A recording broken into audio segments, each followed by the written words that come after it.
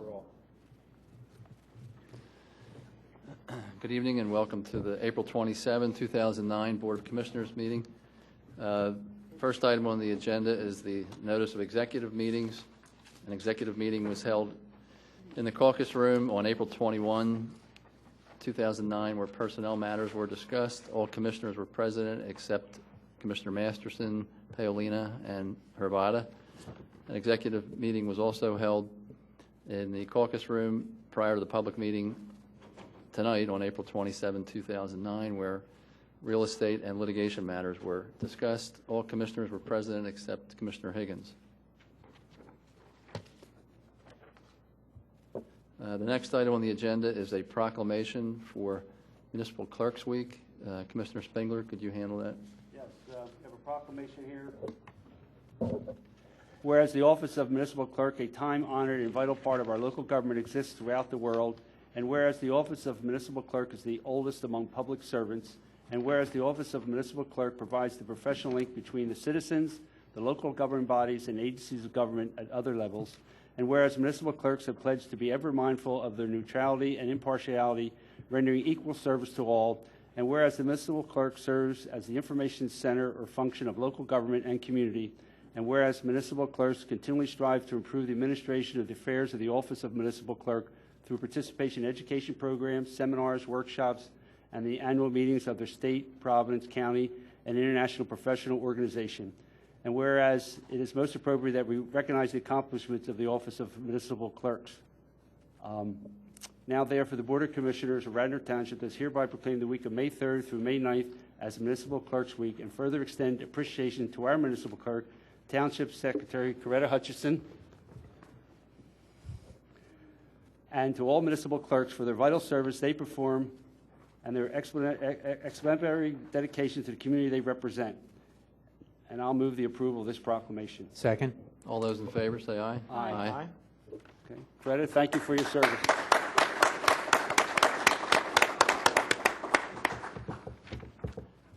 Next item is a proclamation regarding Children's Mental Health Awareness Week. Commissioner Fisher.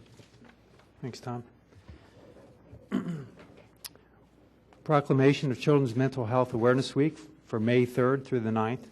Whereas Children's Mental Health Awareness Week was developed by families of youth with emotional, behavioral, and social challenges to focus on the needs of their children and families. And whereas almost 21% of children and adolescents aged 9 to 17 in the United States have a mental health disorder, nearly 11% suffer from major mental illness that results in significantly impaired behavior at home, at school, and among peers. 5% have extreme functional impairment with their illness. And whereas it is important that children and adolescents, along with their families and communities, learn about the warning signs of mental health disorders and where to obtain necessary assistance and treatment. And whereas early diagnosis and appropriate treatment of mental health disorders among children and adolescents provide them better opportunities to lead full and productive lives.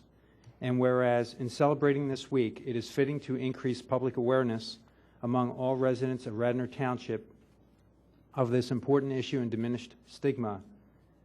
Now, therefore, be resolved that the Board of Commissioners of Radnor Township does hereby proclaim May 3rd through the 9th, 2009 as Children's Mental Health Awareness Week.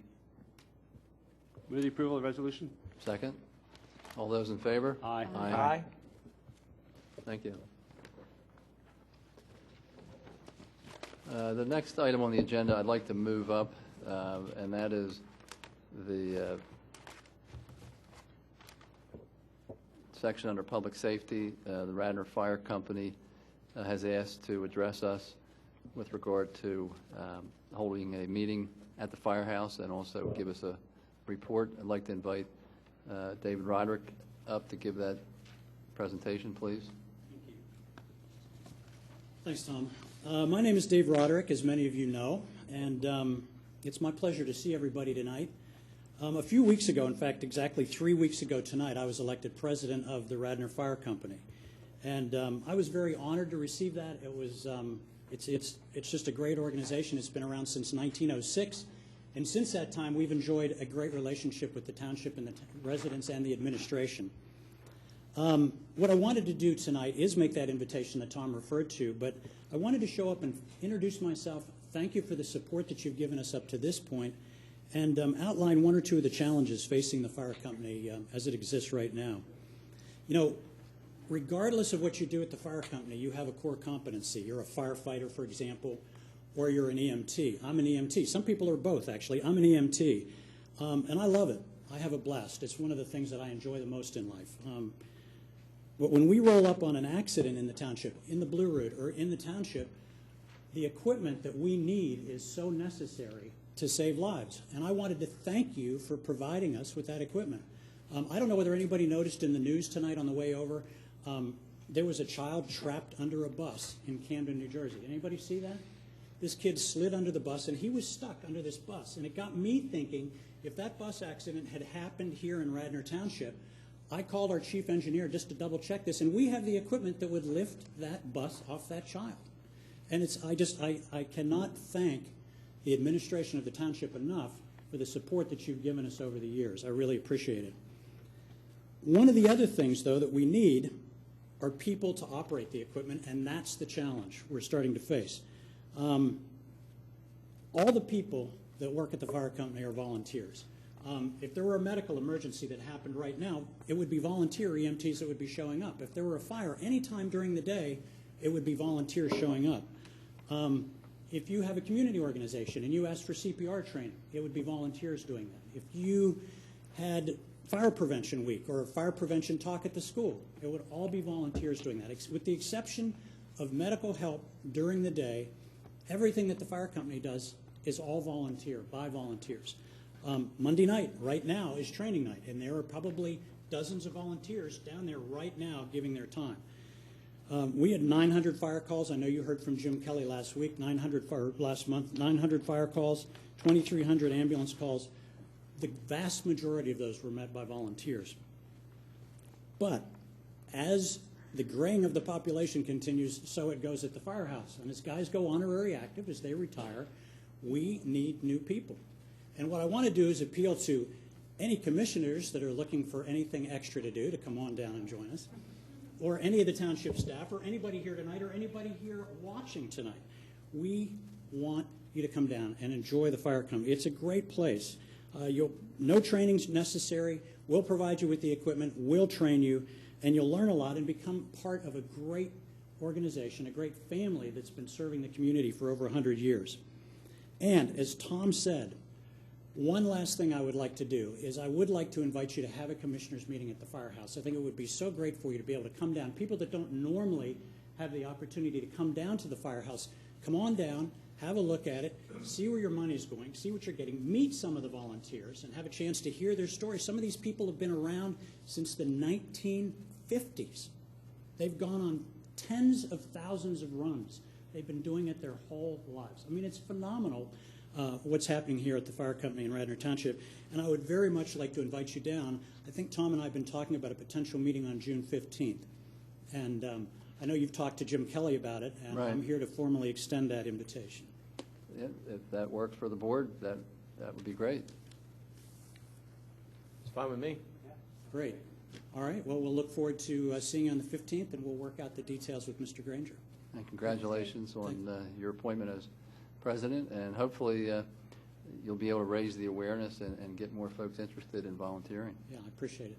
Thanks, Tom. I appreciate Sure. you having me out. Thanks. I'm looking forward to working with you. Thank you. At the beginning of the year, we approve our meeting dates. Do we need a motion to change our meeting place?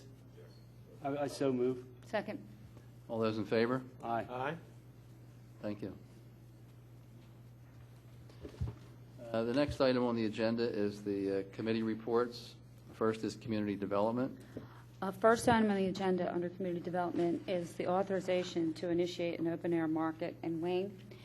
And in summary, the applicant has been informed that they will have to submit an application for a conditional use hearing in order to proceed.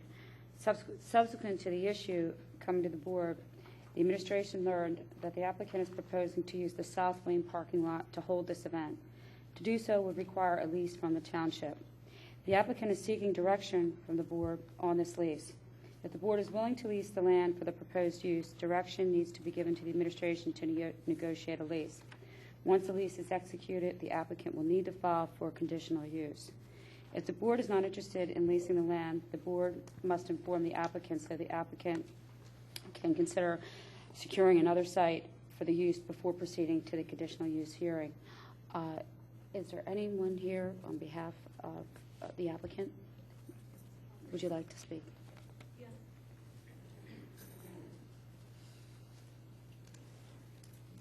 Actually, what we had hoped to do was just show you a very quick PowerPoint. That'd be fine. Okay.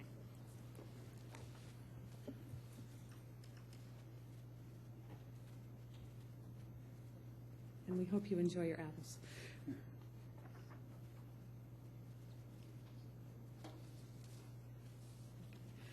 Good evening. My name is Tracy Carney, and my partners are Helene Grillo and Kathy Moore.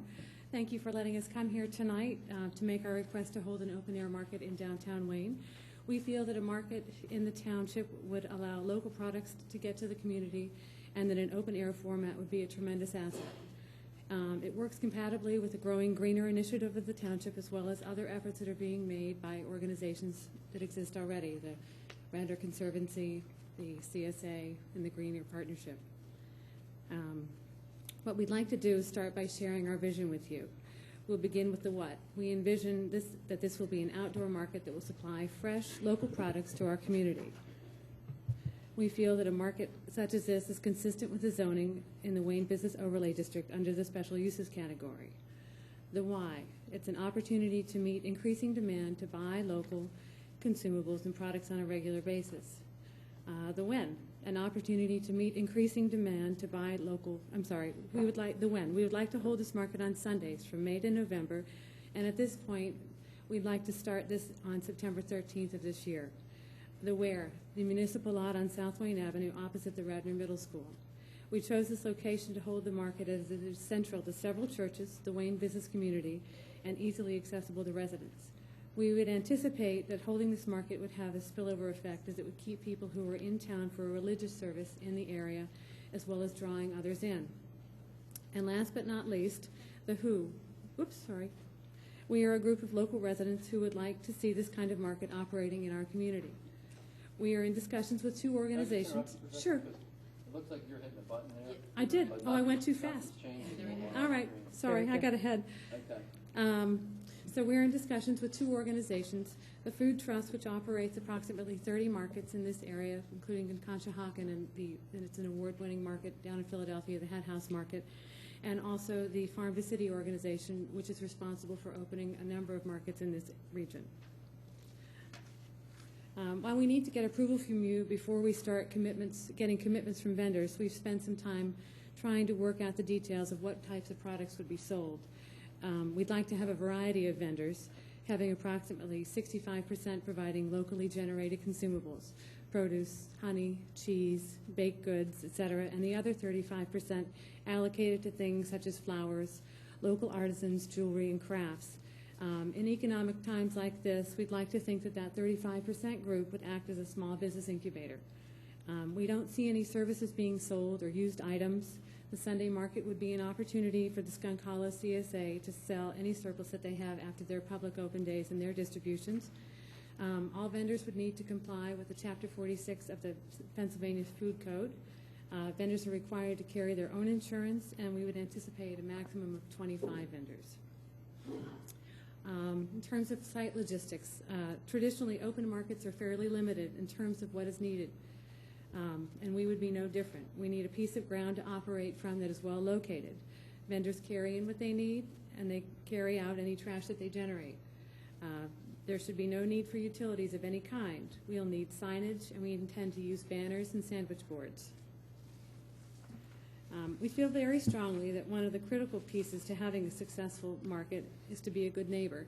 So we've contacted the Wayne Business Association, members of the South Wayne Civic Association, the Radnor Historical Society, the Skunk Hollow CSA, the Wayne United Methodist Church, as well as commissioners from Wards 5 and 6 who would be most directly affected.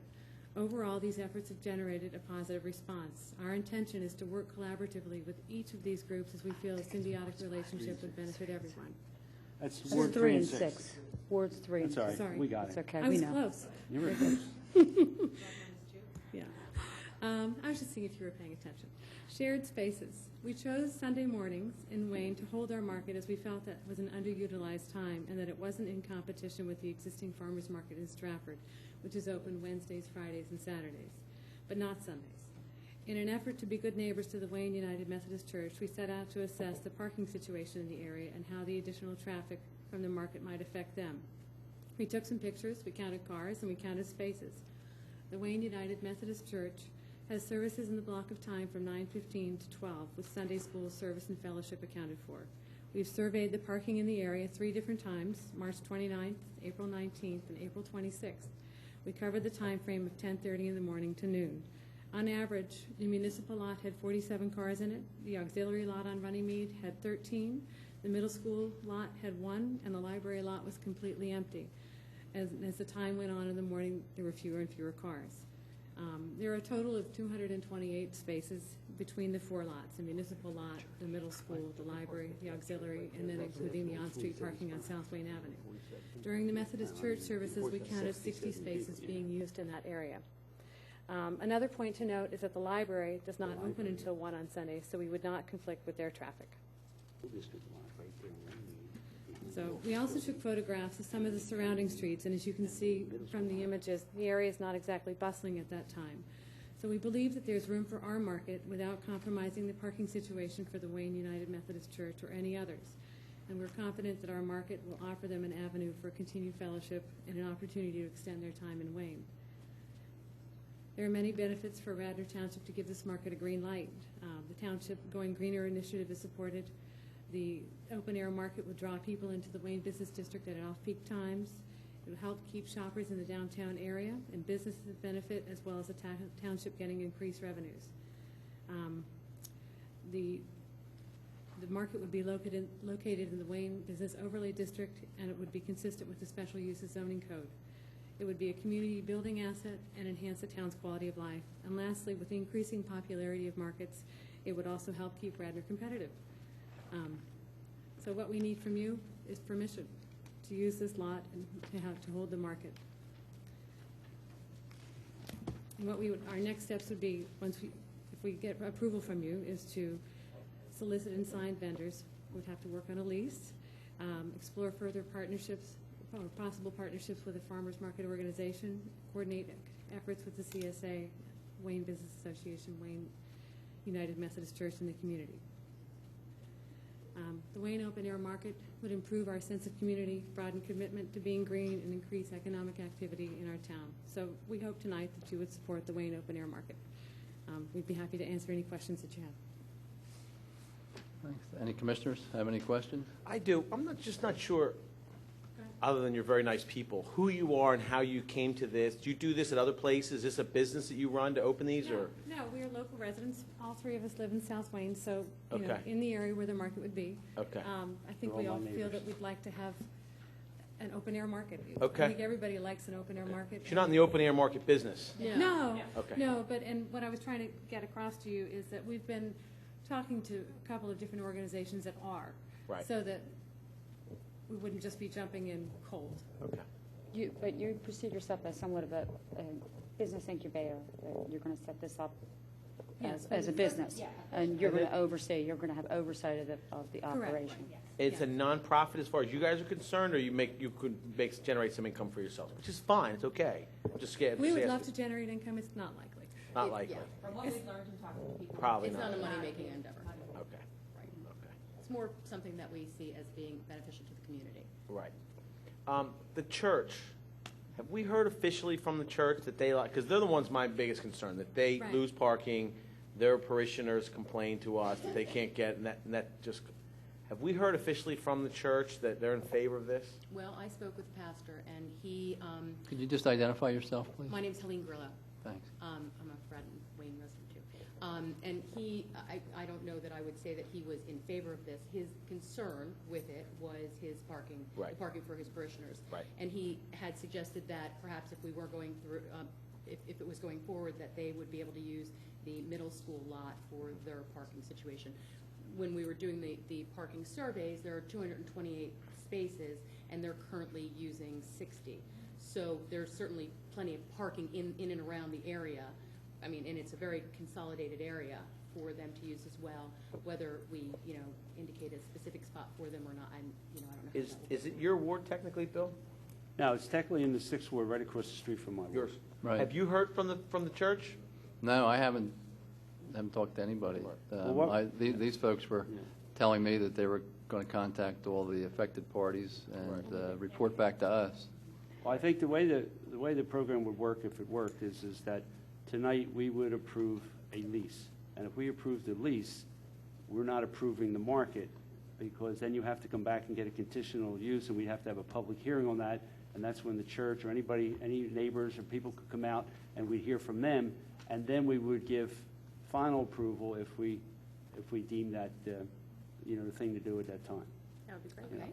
I mean, the way I look at this as someone from the South Wayne area is I just look at it as another uniqueness for Wayne Sunday morning.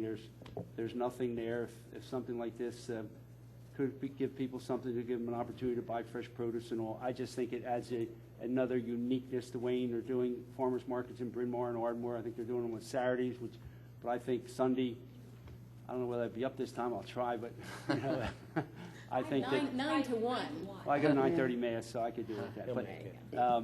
But as someone that lives in the area and a great supporter of Wayne, I just think if these young women are willing to take this task on, starting in September, I think if we gave a year lease and we could see how it worked out from September to November of 2010, and then we could go from there. But I think it's an opportunity that if they're willing to do all the work and do this, then I think we should work with them and try and do it. And then our notification process would be everybody within 1,000 feet sort of deal for the public meeting?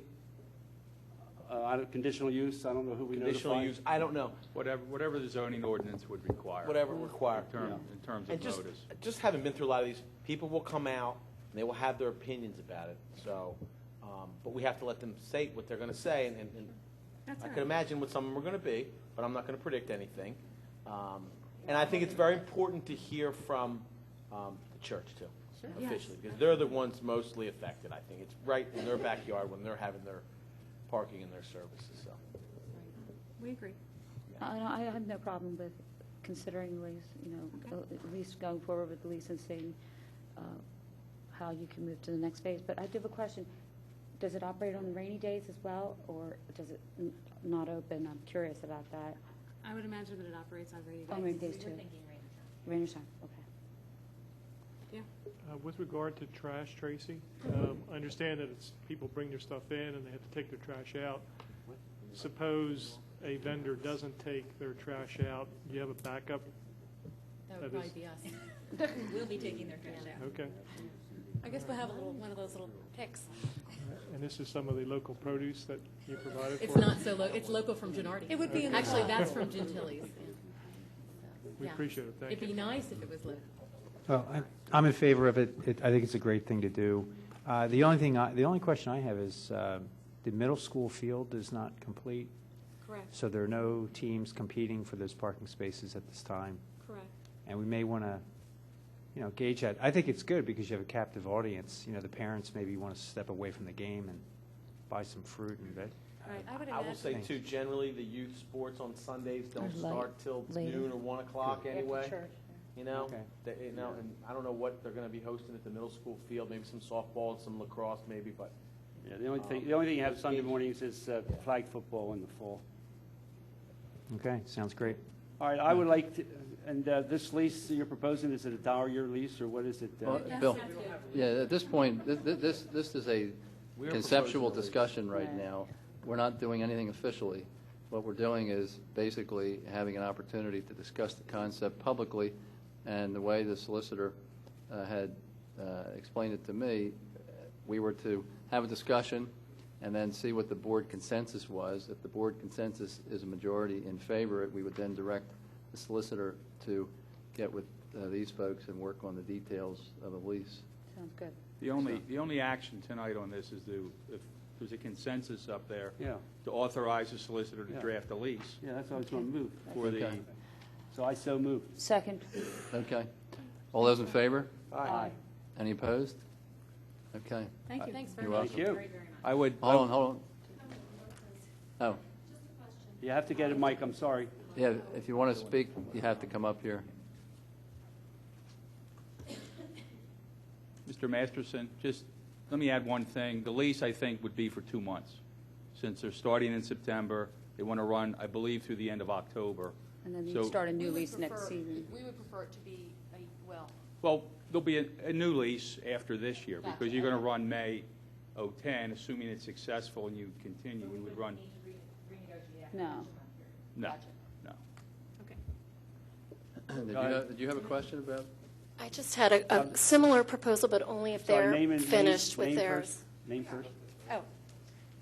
Hi, Janet Long. I had a similar proposal that I had spoken with Bob Loper about, but only if they're finished with their presentation. I'm not sure what the protocol is, but I had contacted Bob at the beginning of April about a similar market concept. Mine is not for local produce, but for art and antiques. And he suggested that I come here and speak tonight. My presentation isn't formal necessarily, but I've been working on a similar concept and just wanted to, I guess, present it. Is that what would be appropriate at this point? Or I'm not sure I how to guess technically proceed. it should be put on the agenda as a discussion item. Okay. But as far as I'm concerned, since you're here, can she speak about it? This is just a conceptual thing? Yes. Sure. Okay. Okay. So again, my name is Janet Long, and I'm a resident of Ardmore. I'm an interior designer, and I'm always looking for unique and interesting items for my own clients' homes.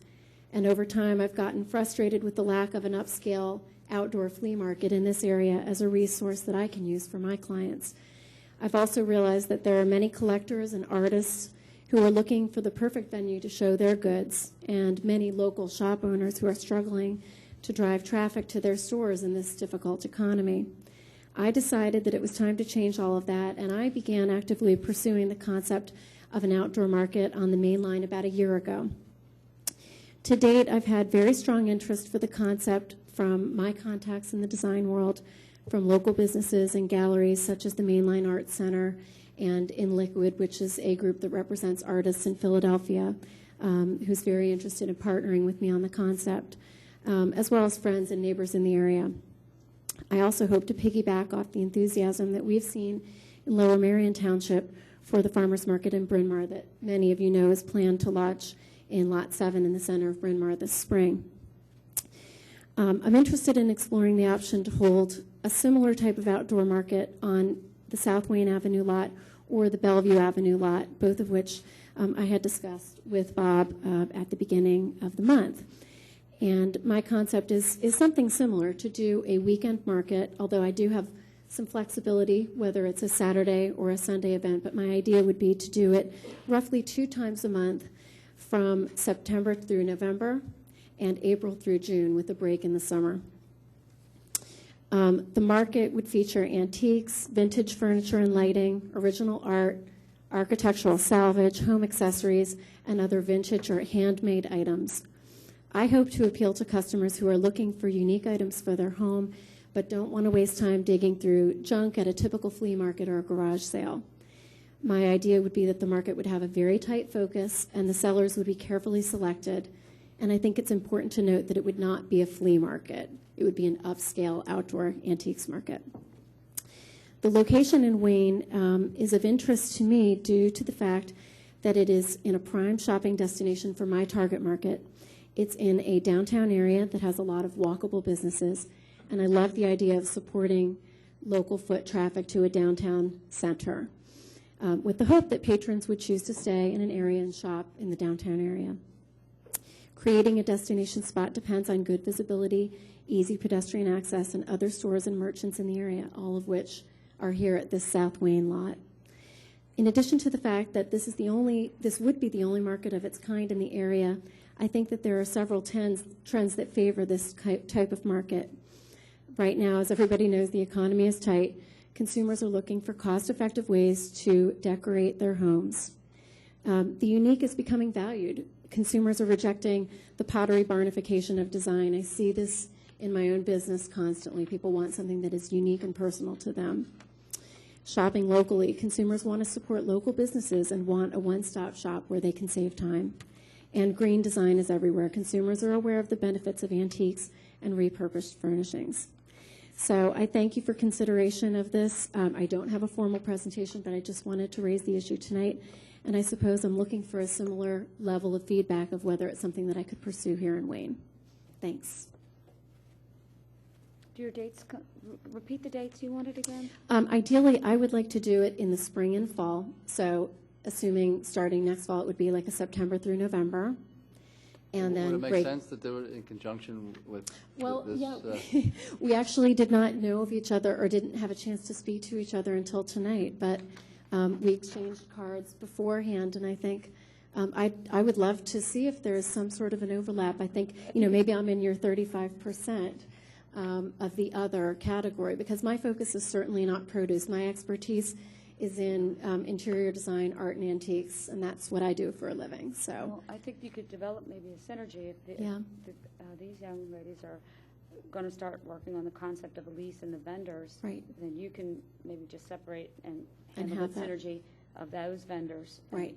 And how, the layout of how much area you have and what you can facilitate on the particular property. yeah, like I But- said, we hadn't spoken until just before the meeting, but I think it would be really interesting to see, because I think there's a good synergy between it, because the one draws the other. People come for different reasons to shop, and I love the idea of people coming maybe to get some produce and some flowers, and then they see the antiques or the art that's there, and that, for me, those are where my contacts are. It's in the art and design world. It's not in fresh produce. But I am a small business owner. This is what I do. So I'd like to really, it's kind of a natural extension of my line of work. Well, it seems that the more foot traffic there is, The more successful. it could be better for both of you. I agree. Yeah, Yeah, because you'll pull bigger numbers, exactly. customer base. Exactly. Well, So I you don't know where ladies that want was. to get together, since they're going to, I suggest you Yeah.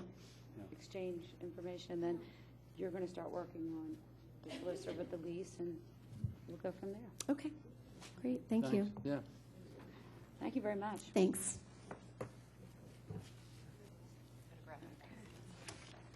All right.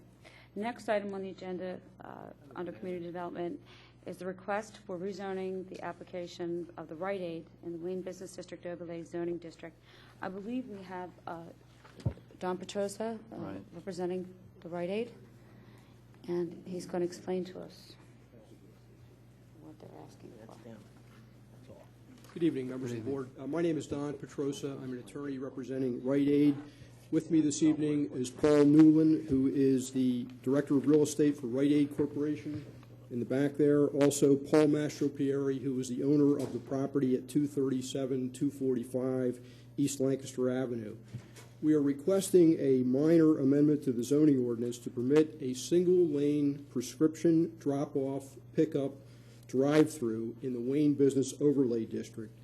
Rite Aid is pursuing a project whereby they would like to demolish the existing Blockbuster and Taco Bell buildings at Lancaster Avenue and Aberdeen Avenue and build a Rite Aid store with a single-lane prescription drop-off, pickup window. The property is on the eastern edge of the Wayne Business Overlay District. Across Aberdeen you're no longer in the Wayne Business Overlay District.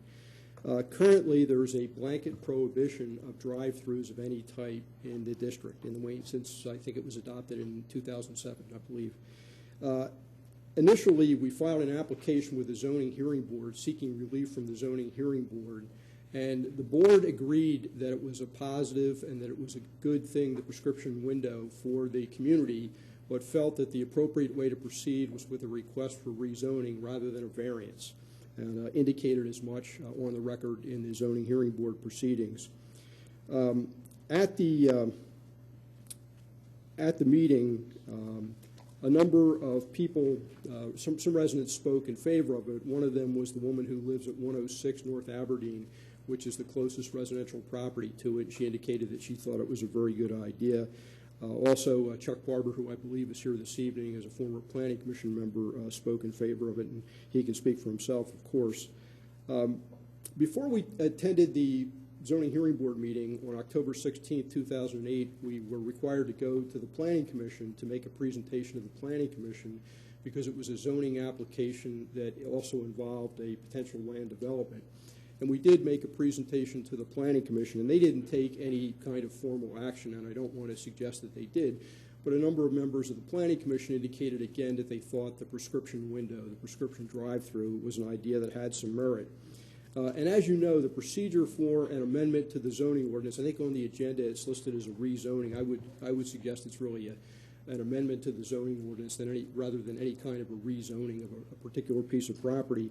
But the procedure is spelled out in the municipality's planning code at section 609, and it involves a review by the Township Planning Commission, the Delaware County Planning Commission, and a public hearing pursuant to public notice, at which time you make a decision.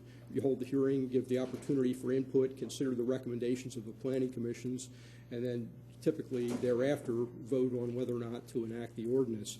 So we're a long way from that at this particular point. In this case, because of the fact that the implementation committee had spent so much time working on the Wayne Business Overlay District, we thought that the appropriate thing to do was to go back to the Planning Commission and solicit their input on this particular amendment. You mean the implementation committee? You mean the implementation committee? Implementation committee, yes. Okay. I guess the Township's Comprehensive Right. Land Use Plan Implementation Committee. And we appear before the Implementation Committee on December 3rd, 2008, and again on February 5th, 2009.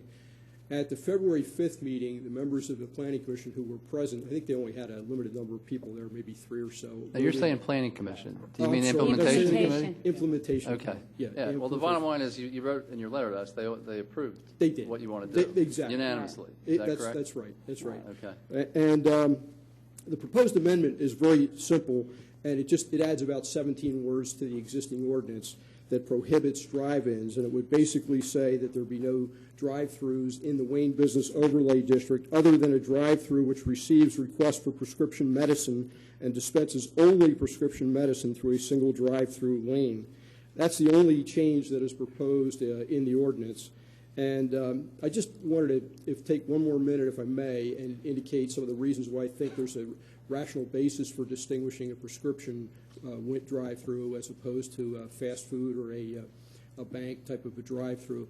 When the implementation committee was considering whether or not to have a prohibition of drive-throughs, the discussion primarily related to fast food restaurants and banks. And that's a far different operation than a prescription window such as what we're talking about. There were counts done at a nearby Rite Aid that has a single drive, actually has a double drive-through. And it showed that between 8 a.m. and 5 p.m., there were 6 prescriptions dropped off and 24 prescriptions picked up in that period from 8 a.m. to 5 p.m., so a 9-hour period. Testimony from the traffic engineer from McMahon Associates at the Zoning Hearing Board that indicated that the observed service rate for a fast food restaurant is about 54 vehicles per hour through the drive-through, and for a bank can be up to 35 vehicles per lane per hour for a drive-through. He testified that the proposed prescription drop-off pickup drive-through window would be expected to generate 2 to 5 vehicles an hour. So there's a difference not only in the type of goods that are dispensed through the window, in this case prescription medicine, also in the traffic generated from it. And the most common usage for this type of facility would be for parents with a sick child or someone with an elderly person in their care that doesn't want to park the car, take the sick kids out of the car, drag them into the store when they can have the prescription called in, drive up to the window, pick up the medicine, and be gone. And there are a number of other reasons why we think that the proposal that we have really does implement the spirit of the Wayne Business Overlay District in terms of the architecture, in terms of elimination of curb cuts, and meeting a lot of other aspects of and goals of the Wayne Business Overlay District. But those are really issues, I think, more for land development as this application would proceed through the process. The building would be built to the build-to line, for example.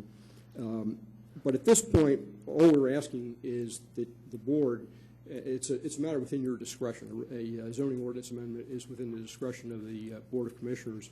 Would authorize the solicitor to, with me, prepare the ordinance. It would just include those language. I'd be happy to do it and forward it to Mr. Rice for his review, or if the board prefers to have Mr. Rice prepare it, and then forward it to the local planning commission and the Delaware County Planning Commission for their comments, and also ultimately schedule it for a public hearing before the Board of Commissioners to solicit input from the public and to determine. I think we understand. Anybody have any questions? Yeah, I do. Don, the properties we're talking about, that would include where the Taco Bell is and the Blockbuster? Yes. So those two businesses would be gone? Yes. With this land development? That is correct. And the change you're requesting is not a rezoning of the particular lot. It's a request for a change in the use under the Wayne Business Overlay District. That's correct. So that any other drugstore that came in would be entitled to do the same thing. If another drugstore came into the WBOD and they wanted to have a single drive-through lane for prescription medicine only, no other products that are sold, as you know, there are a lot of other products sold in a pharmacy these days, they could do it. Okay. Now there is a Rite Aid a little bit west of the theater.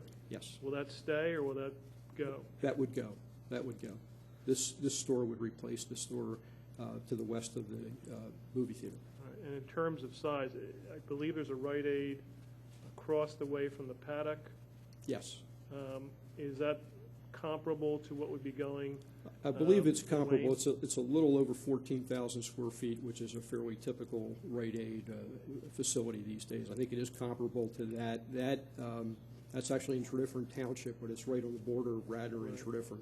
And I think that was formerly an Eckerd that was converted into a Rite Aid. So that's about 14,000.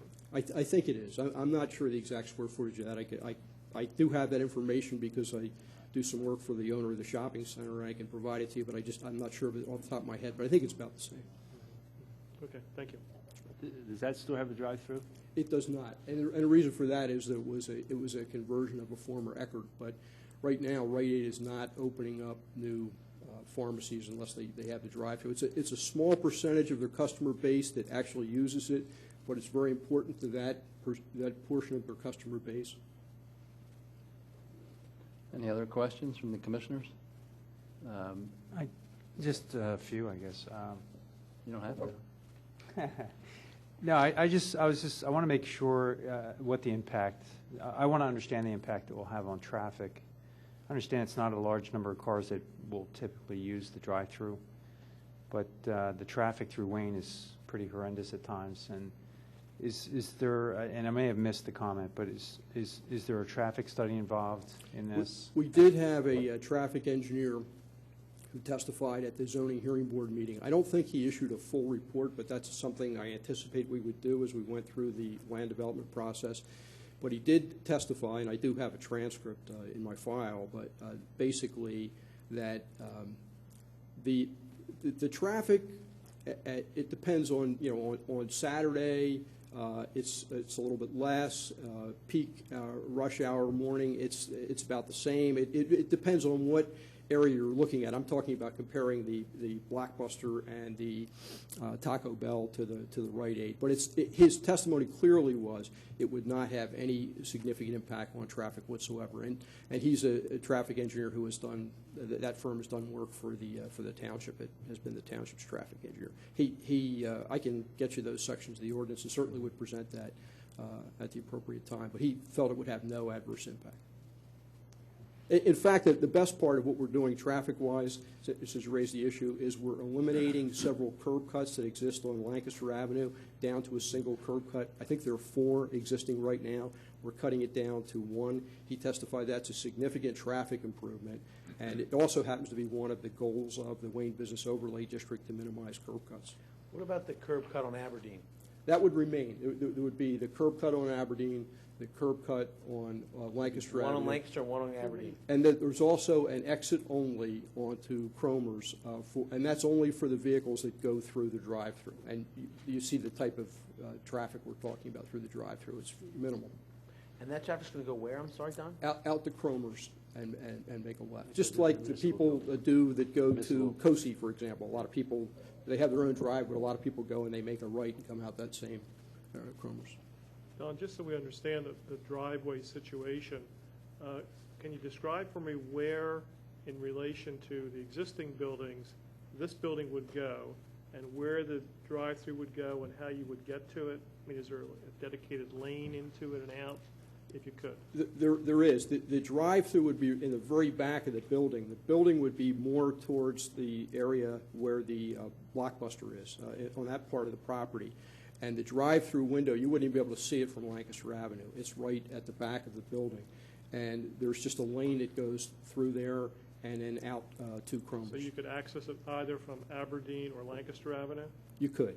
And the exit would be on the Cromer? Yes, And the one curb cut, there would only be one curb cut on Lancaster Avenue? that's correct. Okay. Thank you. I guess I have a question about spot zoning. Obviously, we're not talking about rezoning a parcel, so we're not going to be giving benefit to one property owner. But we are providing zoning allowance that will allow drive-through for pharmacy only. Right. Well, in my mind, that's almost the same thing as spot zoning, because we're talking about only providing this feature or this allowance for one particular type of business. Right. And I see the benefit, but I also wonder if it could raise challenges, because if I owned another type of store, I'd say, well, they just got approval, why can't we do it, you know? And I feel like we may be opening up the door to all types of requests, and not to mention other pharmacies in the area may decide to move into the WBOD because they can have a drive-through. Well, actually, two things. Number one, pharmacies that are not in the WBOD can have a drive-through. For example, the CVS is right across the street just out of the WBOD. If we put a Rite Aid in the property across Aberdeen, they could have a drive-through by right. They wouldn't need any kind of approvals to do that at all. And I don't see it as any kind of spot zoning. Again, it's an amendment to the zoning ordinance, and really the things that were thought of were more like fast food restaurants. And the reality is there's a fast food restaurant on the property now that would be permitted to remain with a drive-through if some other operator came in and operated a fast food restaurant there. So I sort of see this as an opportunity to, instead of having dooming that property to have, depending on your point of view, a fast food restaurant forever, because that's the only one that can have a drive-through there, I think this is a major improvement for But John raises an interesting point, and I'd like to ask John Rice, hate to put you on the spot, John, but if we do permit this, would that open the door to a potential challenge by a different kind of business that might have the capability of a drive-through to challenge the ordinance for discrimination or exclusion or something of that nature? Be the first time I saw a challenge like that. But obviously, if the pharmacy gets a drive-through, any other business, fast food restaurant would come in and say, you let them do it, why can't we do it? I wouldn't be that concerned, though, that would be a successful zoning challenge. What's in front of you is a legislative decision. I mean, it's not a... So you have the right to make that choice, that you want to only permit those types of drive-throughs in the WBOD because of the special nature. And I think the rationale being it's a service to people Right. Who are either ill or have somebody ill in their family and need to get a prescription quickly. But you're going to have a fast food restaurant say, me too, I want to be able to do the same thing, but I don't see that as a serious type of zoning challenge. Prescription for cold medicine is a little bit more than a Big Mac, I suppose, but It's a different product. Yeah, Well, I think it's not a luxury, it's a a service. medical It's a necessity. medical You can necessity. challenge anything. Some board Right. decides that, They don't the like beer it. store needs a drive-through someday. That's going to be up to some board someday, but, I don't think this Well, has or- anything to do with what someone's going to challenge. I Or, think or that- this decision that we make could set precedents for the zoning hearing board to grant relief to other businesses No, I No, think, they'd come back to this board, it would be the same thing. They'd They'd have- have to come back here. We can go to the zoning hearing board, have to come back here. they'd have the same problem that I ran into, frankly, before the zoning hearing board. You have to show some unique unnecessary hardship peculiar to the property, size and shape of the property, topography, those kinds of things. I couldn't show that, and that's why the zoning hearing board said we agree with you, we think it's a great idea, we think it's a great service, but we think you need to go to the commissioners and ask them to consider amending the ordinance to allow a drive-through at a pharmacy. Different product, and certainly different impact. We won't have any difficulty at all, I think, convincing you that the traffic generated by this type of facility is far different from a fast Maybe food. Joe's is going to ask for a drive-through. What do you think, Marty? And, I think it's a good idea to have the drive-through generated. Well, you know what I also like? I like the fact that parking is such a premium in that area, that to have that opportunity to be able to get what you need without having to park and take up, require more parking spaces to, service the store. You're right, you're absolutely, and if you think about it from a business point of view, really from Rite Aid's point of view, they're better off having the customer park the car and come into the store, Right, because they're going to they'll buy spend something else. They do this as a service to people that really need to use it. Right. Okay, any other questions from the board? Do we have a consensus at this point? Yeah, if we're going to move forward, Chuck Barber doesn't have to speak, I guess, but yeah, it's my consensus that we should suggest that they submit an application and we'll refer to the planning commission. Okay. Thank you very much. Could I just add something to that? I think the appropriate thing would be to file a formal request Yeah. to Mr. Loper, pay the fees, sign an agreement that reimburses the township for all its costs. Its engineering costs, advertising costs, we're going to have to advertise this, and any legal costs. And that's provided for in your zoning ordinance. There's a citizen's petition procedure, and it tracks what you need to do under the MPC. So with that, then that'll start the formal process. Okay. Absolutely. Is that okay? John. Thank you very All right, much. thank you. Thank you. Sorry, Chuck. No further business under community development. Okay. Let me backtrack. The departmental reports are on the agenda, and I skipped over them. Will they be accepted? Second. All those in favor? Aye. Okay. Next, finance and audit. We have the schedule of bills payable and monthly budget report. You need to do committee reports too, Tom? I'm not. What's that? You need to Yeah. mention committee Oh, I'm reports, or they sorry. go together? No, these are the committee These are the reports. committee reports. Okay, all right. Thanks.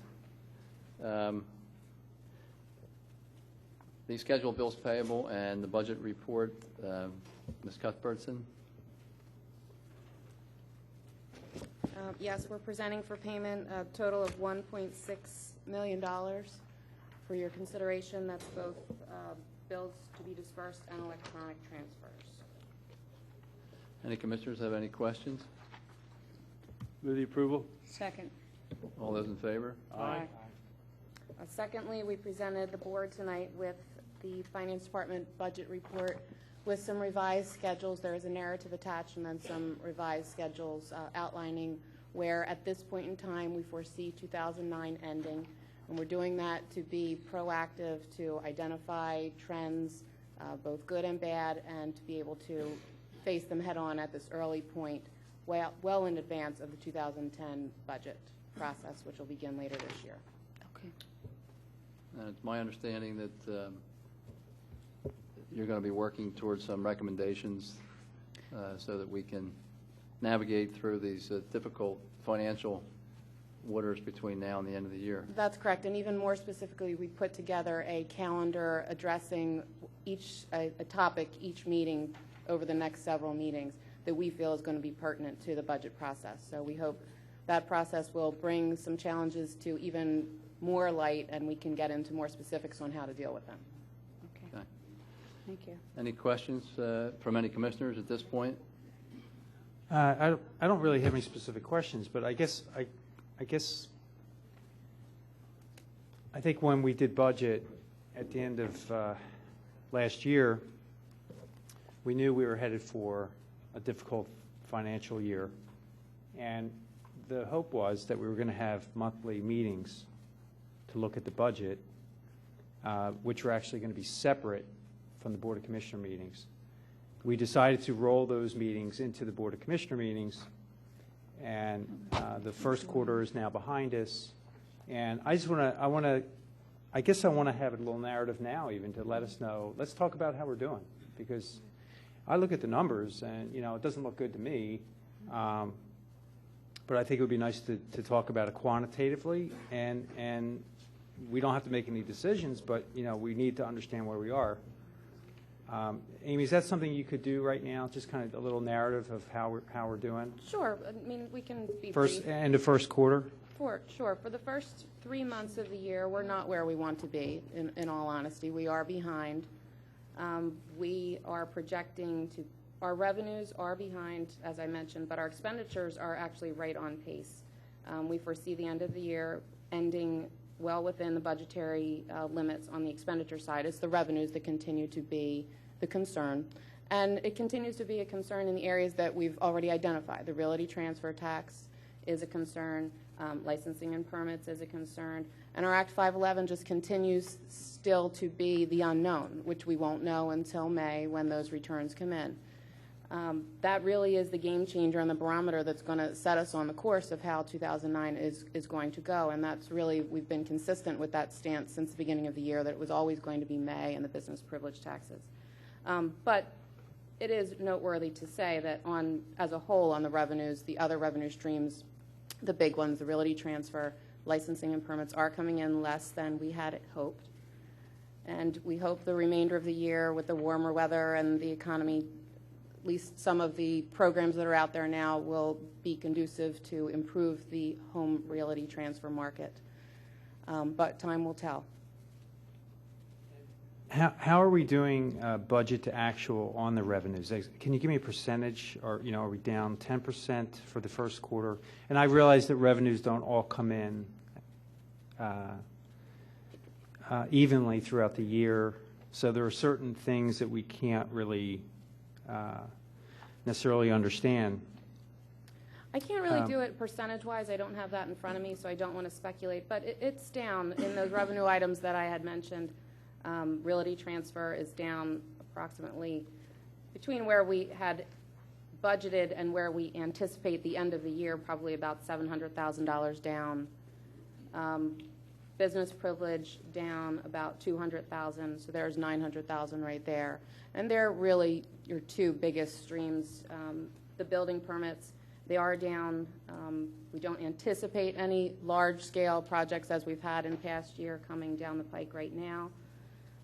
But this is also based on facts and circumstances that we are aware of at this point in time. Okay, so the realty transfer tax for the first quarter is about 45% down. Yes. What was our budget? Like, we're down 45% from the prior year. Mm-hmm.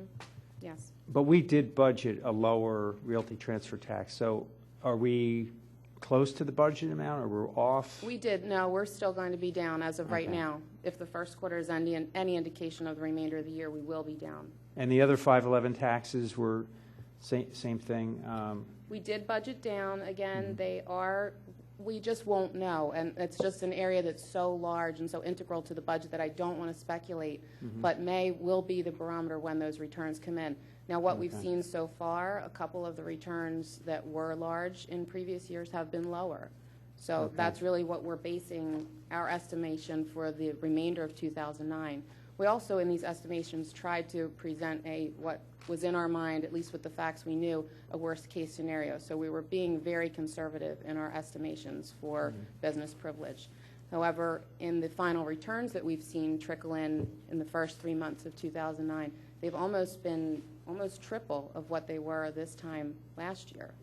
Now, there are not larger scale businesses in the area, and we're lucky to have many large scale businesses, but we also thrive with the smaller scale businesses, and that's the one that we're seeing closing and filing final returns. Okay, so the returns, the 511 revenues that we've received to date are generally above our expectation, but they filed early, or is it that they filed early and they're below our expectation? If you look purely at the numbers, they're above our expectations, but there's a specific reason for that, and that is two very early taxpayers that normally would have filed in May. If we exclude them, then the trend does not seem to be favorable. Okay. And is there, I know it's hard to do much forecasting with a short trend line like this, but when can the board get a really clear understanding of what that trend's going to be? I mean, obviously it changes, but you know, the trend I'm seeing is that we're about $1 million short now, and by the second half of the year, you know, you could say we may be $2 million short. Is there any way to predict? I think June, the report that we present to you in June will be for May, and by the end of May, we will have seen the business privilege returns come in, and we'll have a very much clearer idea of how that revenue stream is going to finish. Okay. But we're not going to necessarily wait for those to come in next month. We're going to see how April turns out, and we are going to be proactive on the staff level as well and present options to the board even beginning next month on ideas for the board to consider as it finishes out 2009 and looks ahead to 2010. All right, thank you. Okay, thank you very much. The next item on the agenda is the library report. Mr. Higgins is not here, but there's nothing on the agenda. Next is personnel administration. That's Mr. Fisher. Yeah, I just Announcement of announced that we still have 2 vacancies on the Board of Health, 1 vacancy on the Planning Commission, and 1 vacancy on the Radnor Library. Okay. Anyone who's interested in applying for an advisory board opening should submit a resume or letter of interest to the Township Secretary at chutchinson@radnor.org. John, is there something we're waiting for here on planning? I mean, we've had this position out there for months now. Maybe Tom knows. Are we waiting for something to make that planning board decision? Not that I know. No, I think we got a little derailed. Yeah, but I mean, We did some interviews, but Yeah, we've had interviews, and I think there were a few more people that should be scheduled, or at least one more scheduled for interview. John, do you know anything about Coretta? Just one? Is that we on the- promised an interview that we're waiting for? Okay. Thank you. Thanks. Well, we should interview him at the next meeting and make a decision. Yeah, we need to That's go. fine. This has been out there for a long time. year's half over. That's how it gets. Next item is Park and Rec. Mr. Thanks. Havada. There's a couple things on the agenda. The first is one of my favorite events is the 12th Annual Youth Trout Derby, Chester Valley Sportsman's Gala down at Darby Creek in Sawmill Park, Friday and Saturday, May 1st and 2nd, with a rain date of May 8th and 9th. It's for boys and girls aged 5 to 13. For anyone who doesn't know, it's we shut off part of the stream there, not literally, but the water still runs through, but we trap some trout in there, we stock it so the younger children can actually go down there and catch some fish. Really good time. It's open for children to fish until 5 o'clock on Saturday. And then we have trophies for the biggest fish in each session. It's a real nice way for the kids to get acclimated to the outdoors, spend some time in a nice little park, a little corner of the township over there at Sawmill Park.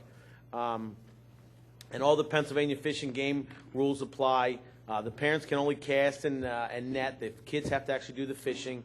No artificial lures. It's a very natural and fun thing. And it's sponsored by the police of Tredyffrin and Radnor Township Park and Recreation. Applications are available right here at the Park and Rec, and it's a lot of fun if you haven't done it. You have children aged 5 to 13. Trophies for the biggest fish in each session. Hot dogs and sodas will be provided for free, and donations are accepted. The next thing is the Ithan Valley Park cleanup. Radnor Township Park and Recreation presents the Ithan Valley Park. It's another annual event. This is over in the 5th Ward off of behind the Blue Route. Beautiful park that maybe many people around don't know about it. Backs up to Ithan Creek and has some just beautiful waterfalls and great old trees, and it's a special thing. And what we try to do is go in there and cut in vines and invasives and work on the stream bank. Joe Klein, you can RSVP to here at 610-688-5600, and that is Friday, May 15th from 9:30 to 1:30. Next, we have the Hoedown at the Farm, an event to benefit the Radnor's own community-sponsored agriculture at the Skunk Hollow Community Farm. Sunday, May 17th from 3 to 7 at the Willows. All are welcome. They're going to have snacks, down-home eats, sack races, hay rides, farm activities, a mechanical bull, live auction, music by the Wissahickon Chicken Shack. That's a tough one. Let's see if I can do that again. The Wissahickon Chicken Shack. Tours of the farm and the restored Willows Cottage. The people from the Willows Cottage have done a lot of work, put a lot of time in, volunteered their time, and cleaned that up. And I'm very proud to have a little piece of helping that. But a lot of people did a lot more work than I did, and it really looks great. They deserve a lot of credit. And this is really going to kick off the community-supported agriculture down there at the Willows Cottage. So it should be a lot of fun. Tickets are $25 for adult, $10 for children under 12, and children under 3 are free. Kindly respond using the enclosed card or by contacting the Radnor Conservancy at 610-688-8202. And that's another great thing, and I'm happy to announce.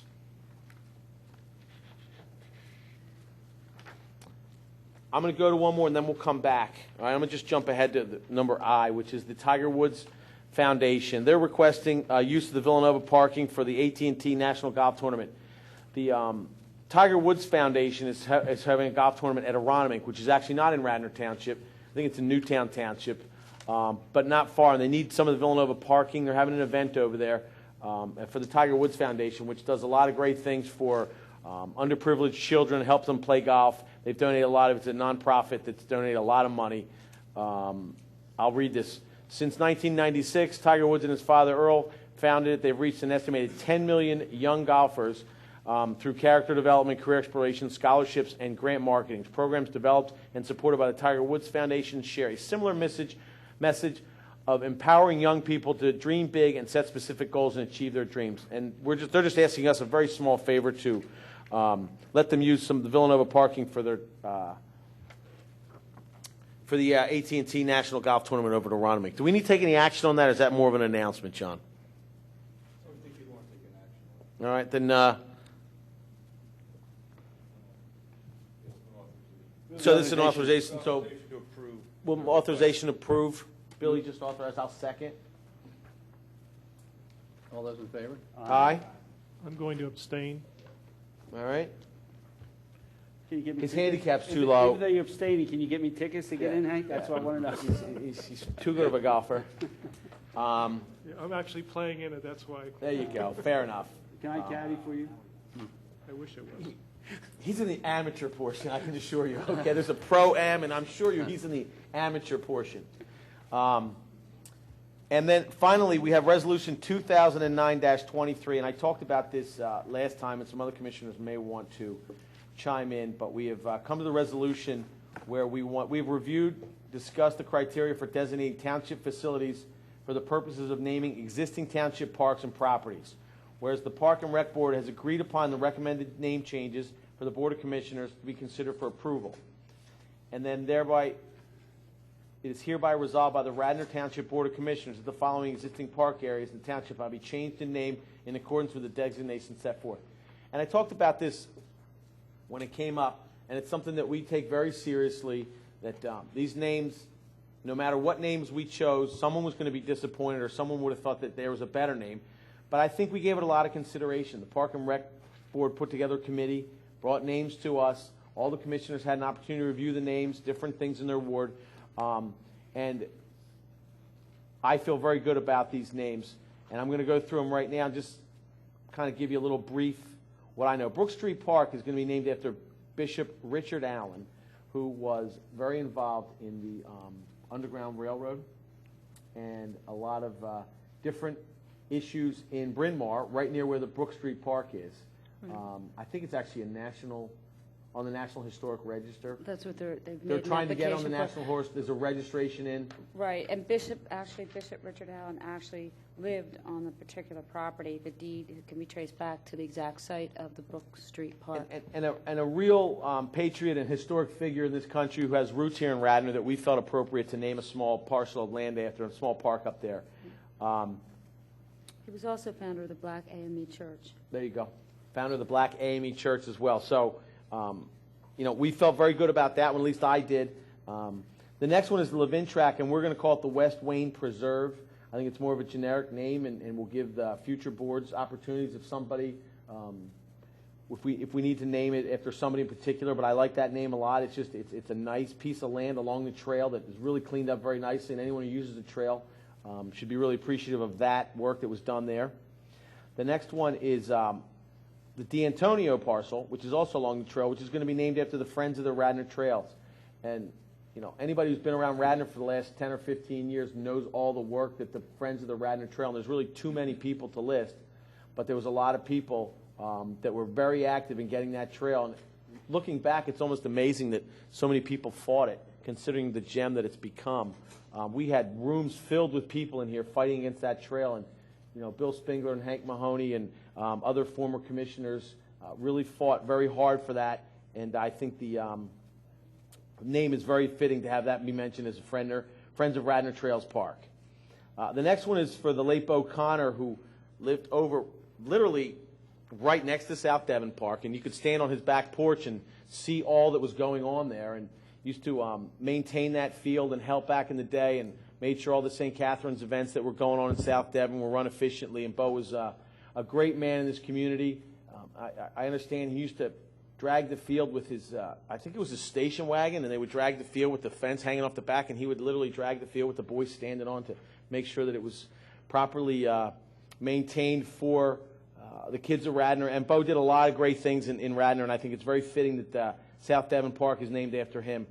And then Odoriccio Park, we're going to name the field. We've named a couple fields out here at Enki after some longtime umpires. This one's going to be after Ralph DeMeo, who founded the Radnor Wayne Little League 50-some years ago and was involved in many aspects of coaching and umpiring and mentoring the boys and girls in Radnor. And really, the Radnor Wayne Little League, as we know today, was founded by him, and it's literally serviced thousands and thousands of boys. You know, some that were very great players, some that you know, just went on and had fun and got good life lessons out of Little League that he taught. So I'm very proud for both of those gentlemen to have something specific named after them in Radnor, so they'll be remembered. Ralph also coached the Wayne Legion team, which was their home field there. Right, and yeah, that's true. That's a good point. At Odoriccio, that's where the Legion team plays all their games. And if anyone has followed Legion baseball, Wayne Legion has had one of the most successful teams in Delaware County for a long, long time, win many championships, and really it represents Radnor and Wayne very, very proudly. And you know, I think these are 5 great names. I don't know if any commissioners have any other additional comments they want to add. I'll move the approval. Sounds good. Second. 1 second. You have a policy in place which requires you, before you vote on this, to consider it in 2 public meetings prior to voting on it. This is the first one. It's my understanding. That's correct. I thought we introduced it. We announced these at the other meeting, brought up all the names. I thought this was the second one. Yeah. I don't know whether this has been on another agenda. Yes, It was. It has. It was. Yeah, we're following the rules. Okay, that's fine. This is the second meeting. This is the second meeting. We went through this. We talked about it. All the names were named. I gave this speech. I gave this speech before. I'll do it again, but Are we supposed to consider a resolution at 2 public meetings or just the names? It just says to consider the matter in at least 2 public meetings. So if it's Well, been we- on your agenda Yeah, it's been on, previously, actually. I haven't been here to hear it, it was. It was. then you're good to go. Okay. But before we vote, since we do have some folks in the audience here, I would like to give anybody an opportunity if they have anything they want to add before we vote. Hearing nothing, all those in favor? Aye. Okay. That's it for Park and Recreation. Public health? No, there's one more. There's nothing on the agenda, but I will announce, if anyone's following the news the last couple days, actually between the last Board of Health meeting and today, there's been a swine influenza situation that's been kind of progressing over the last 5 days. Quick background, in Mexico, there were about 800 cases of this flu, and it resulted in about 79 deaths. And as of today, the Center for Disease Control has announced that there were 40 cases in the U.S., 7 cases in California, 2 in Kansas, 28 in New York City, 1 in Ohio, and 2 in Texas. Normally, we don't get too concerned about flus. They certainly are a risk to young children and to elderly people. But this flu is a little bit different. It's causing death in some cases. There have been no deaths in the United States. That's good so far. But the CDC is recommending to take precautions, wash your hands. If you're around people that appear to have flu symptoms, you certainly want to take precaution and try to avoid contact. It has been elevated, to kind of a state of emergency in a sense because of the potential threat, but it's nothing to panic about. Be careful, John, because it's not a state of emergency. Well, right? Okay. The CDC activated its Emergency Operations Center, and at this point, they're considering an emerging health threat. But again, we have nothing to worry about. In Pennsylvania, there have been no confirmed cases. However, I'll just mention this. They believe one of the pathways of this is, it's person-to-person contact. And because a lot of students tend to go on spring break to Mexico, it does produce the risk of this disease spreading throughout the U.S. Among other travelers. So, again, nothing to worry about. Just take precautions. Make sure you wash your hands. If they recommend if you become sick, try to avoid exposing other persons, and certainly seek medical care immediately. And at this point, there's no other update. I'll read this. This is, again, from the CDC. It says, it is prudent for communities to act in the absence of sufficient data to protect their citizens and take advantage of the narrow window of opportunity for an intervention. And at this point, they really don't have enough information to give us guidance. But the state Board of Health is involved. And I'll give you a website. Go to www.cdc.gov for the latest information. They're updating their information hourly because this is progressing so quickly. There was virtually no information as far as 4 or 5 days ago, and already there's a lot of information. I just want to mention that the human-to-human transmission is the way the virus spreads. And again, no deaths in the United States to date. And if you have any further information, you will see on the scroll some contact information for the state Board of Health. And if you have any questions, you can probably contact the health officer. Thank you. Thank you. Public safety? We've already taken care of item number K, which is the invitation to have the meeting at the firehouse. The next item is the Staff Traffic Committee. You have before you the Staff Traffic Committee report on the meeting of March 17, 2009. Any questions? Move be approved. All those in favor? Second. Second? All those in favor? Aye. The only other thing we have, it's not on the agenda, is the auxiliary of the Radnor Fire Company is having a benefit at Flanagan's Boathouse on Wednesday, May 13th, 2009, from 5 to 9 p.m. They're asking you to come out and enjoy good food and good drinks. The specialty of the evening will be free wings with every pitcher of beer. The fire company, as Mr. Roderick had indicated, is in need of not only new faces, but money. So if you can come out to Flanagan's Boathouse on May 13th, 2009, from 5 to 9 p.m., it would be greatly appreciated. And that is it for public safety. Thank you. Public Works and Engineering? Yes, capital improvement program we're going to do next meeting. Right. I have a resolution for application for county road resurfacing money. The county has no county roads. They get a little pool of money. We ask for $360,000. They give us the same amount, 30-some thousand every year. And I'll move the approval of the resolution. Second. Any questions? All those in favor? Aye. The next item is the award for a bid for resurfacing. We bid with Middletown Township. The low bidder was Joseph E. Susher and Sons for $583,136.90. Our share of this project is $295,338.70. The bids were low and expected. You're going to add some roads, Bill? Actually, I had a conversation with Mr. Granger this afternoon, and we decided to just pay what we had out on bid. Then I'll move the approval. Second. Any questions? All those in favor? Aye. The next is request to submit an application for Route 30 Streetscape Improvement Project.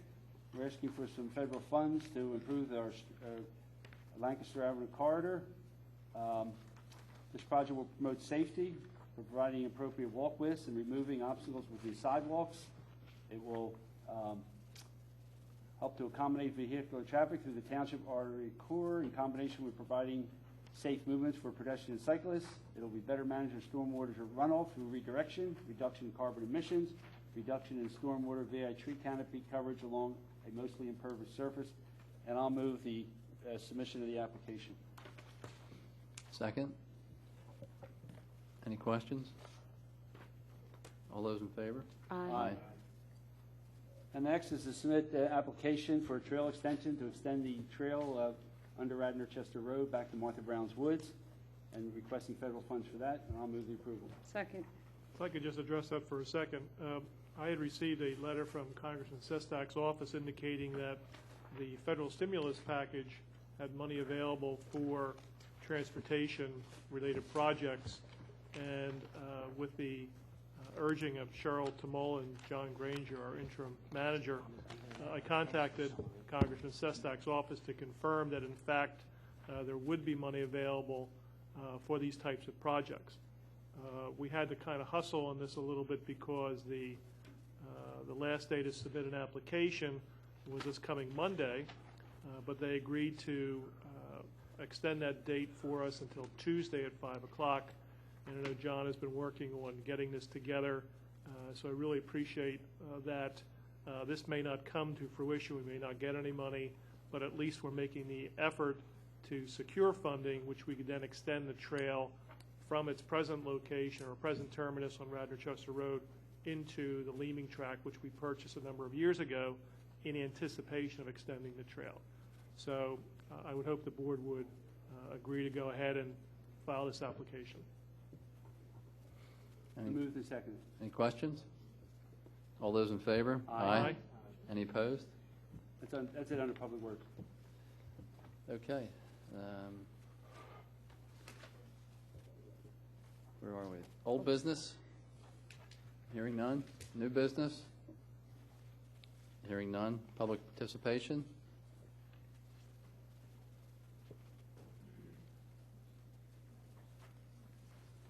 Thank you. Thank the board. Jim Schneller, I live at 500 East Lancaster. I wrote a letter to the township recently, and it's not a big deal, and I wanted to mention it because I thought it might be a trend that could be stopped, or at least something. It was so bothersome to me, I wanted to repeat it very quickly. I was at the main intersection last Saturday, and there was a group of people in white and yellow T-shirts. I didn't know what they were doing, and they were apparently advertising for a spa. And I wanted to ask, because I don't know, does this require a permit to stand around on Lancaster Pike and hand out samples? John, Chief? If you are soliciting, you certainly need a permit. Right. They were not soliciting, they were handing out free samples. Okay. They're handing out their advertising. That's what I figured. So I wanted to ask if community development and or the police department, when people call about this, because I'm sure they always call to see if they need a permit, if they could get guidelines anyway, because these were young ladies, I think they were high school kids, and this one girl asked me if I wanted a sample of massage oil, and she asked me in a suggestive tone, and it ruined my weekend.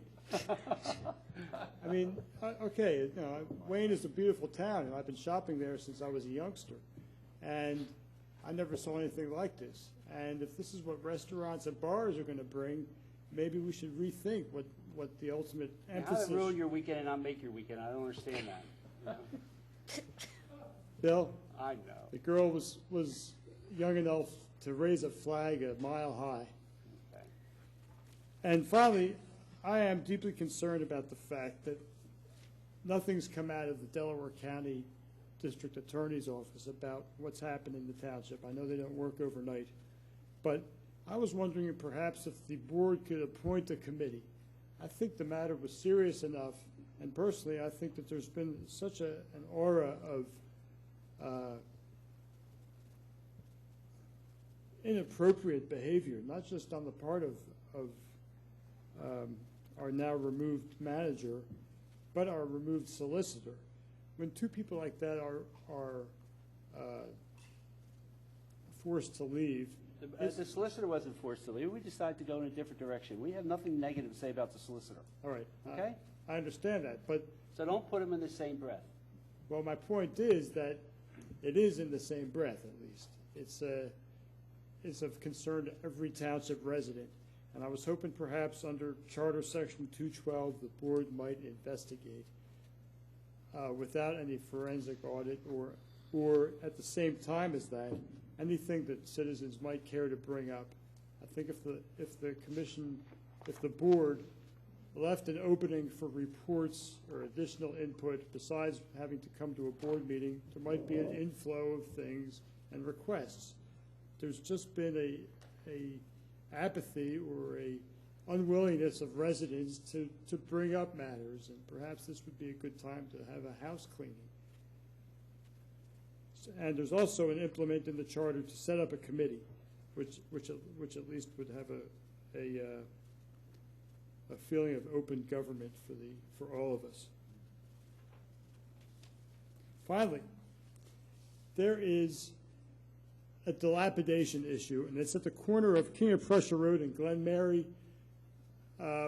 Quickly stated, the house has been vacant for at least 4 years, and I've tried to bring it to people's attention, and I've read the maintenance code, and they're being very meticulous about keeping doors on their hinges and windows with all their panes, but the place is a wreck. And I think it's plain to see that this owner is, being the only residentially zoned lot on the block, is hoping to come in here for a variance. And what's happened now, and it's the only reason I'm bringing it up, is because the next lot, which is on Glen Mary, 690 Glen Mary, is showing the familiar signs of the same thing. And when two lots start to look that bad, is there any way the township can go to these people and say, listen, don't bother dilapidating the place for another 2 years. Why don't you come in and do something about it? I don't see how the other three people at 690 Glen Mary can handle this dilapidated house on there, what is a cul-de-sac. So I wanted to ask the board to honestly take this into consideration and take it in hand. I've had conversations with the church there, St. Martin's Church.